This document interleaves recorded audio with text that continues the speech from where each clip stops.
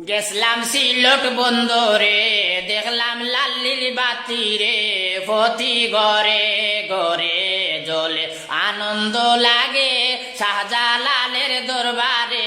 ডাইনে বামের গরে কত রঙ্গিল বাতি জ্বলে, কোরআন পড়ে যায় আমরার সিলেটের শহর, আমরার সুনামগঞ্জ শহর, আমরার কুলাবুড়া ভাই, আমরার মৌলভী বাজার আরো যত সিলেট জিলায় সালাম হাজারে হাজার। ফুসা আইন ফারুক ভাই, আমার এপিএস ফারুক ফড়িয়া শুইনা পড়াইতে যে চায়, আমার ফারুক আহমদ ভাই।